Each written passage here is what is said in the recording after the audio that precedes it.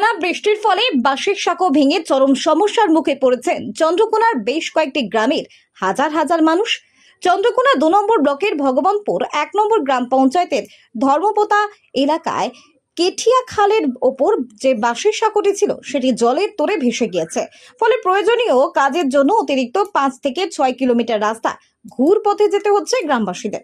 এর ফলে স্কুল পড়ুয়া ছাত্রছাত্রী, কর্মজীবী মানুষ, বিভিন্ন রোগী সকলেরই চরম সমস্যার মধ্যে পড়েছেন। বর্তমানে ছোট্ট নৌকা করে ঝুঁকি নিয়ে চলছে পারাপার। এমন পরিস্থিতিতে দাঁড়িয়ে রাজ্যে নতুন সরকারের কাছে কেঠিয়া খালের ওপর একটি স্থায়ী সেতু নির্মাণের আর্জি জানিয়েছেন ভগবানপুরের বাসিন্দারা। দেখলাম যে আপনাকে ফিরে যেতে হচ্ছে, এখানে যোগাযোগ ব্যবস্থা নেই। মানে কয়েকদিনের বৃষ্টিতে বাঁশের সাঁকোটা ভেঙে গেছে। কি বলবেন এই প্রসঙ্গে?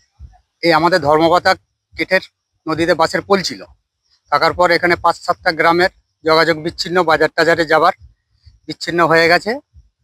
2-5 দিন জলে বাসের পোলটা ভেঙে গেছে।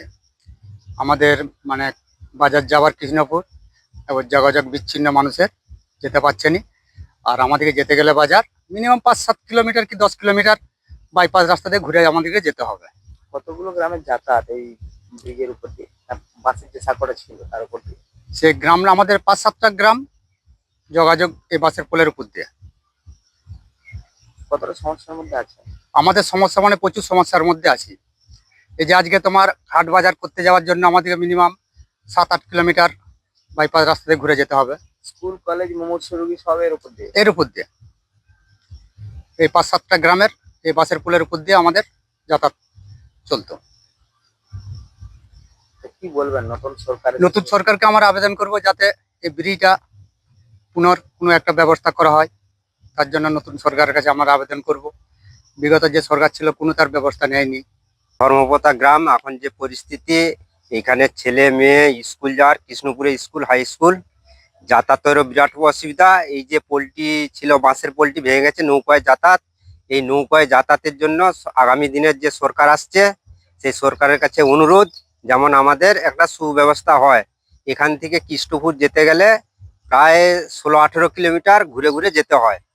কোনো যান্ত্রিক যানবাহন নেই, হেঁটে হেঁটে যেতে হবে, সাইকেল মোটরসাইকেলটি যাতায়াত।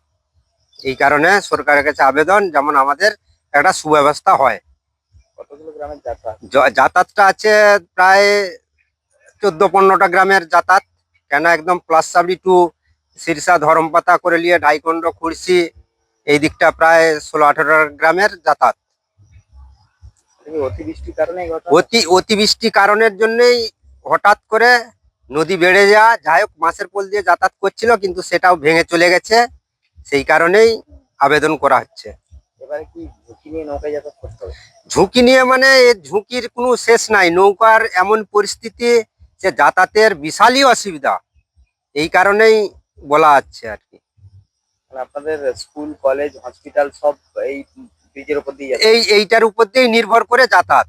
কেন আমাদের এখানে স্বাস্থ্যকেন্দ্র বলতে কৃষ্ণপুরি পড়ে যাচ্ছে, পঞ্চায়েত পড়ে যাচ্ছে, হ্যাঁ, স্কুল টিস্কুল তো এইগুলো রয়েছেই। তাছাড়া এইদিকে যেতে গেলে চন্দ্রকোনা টাউন, সে একটা সমস্যা।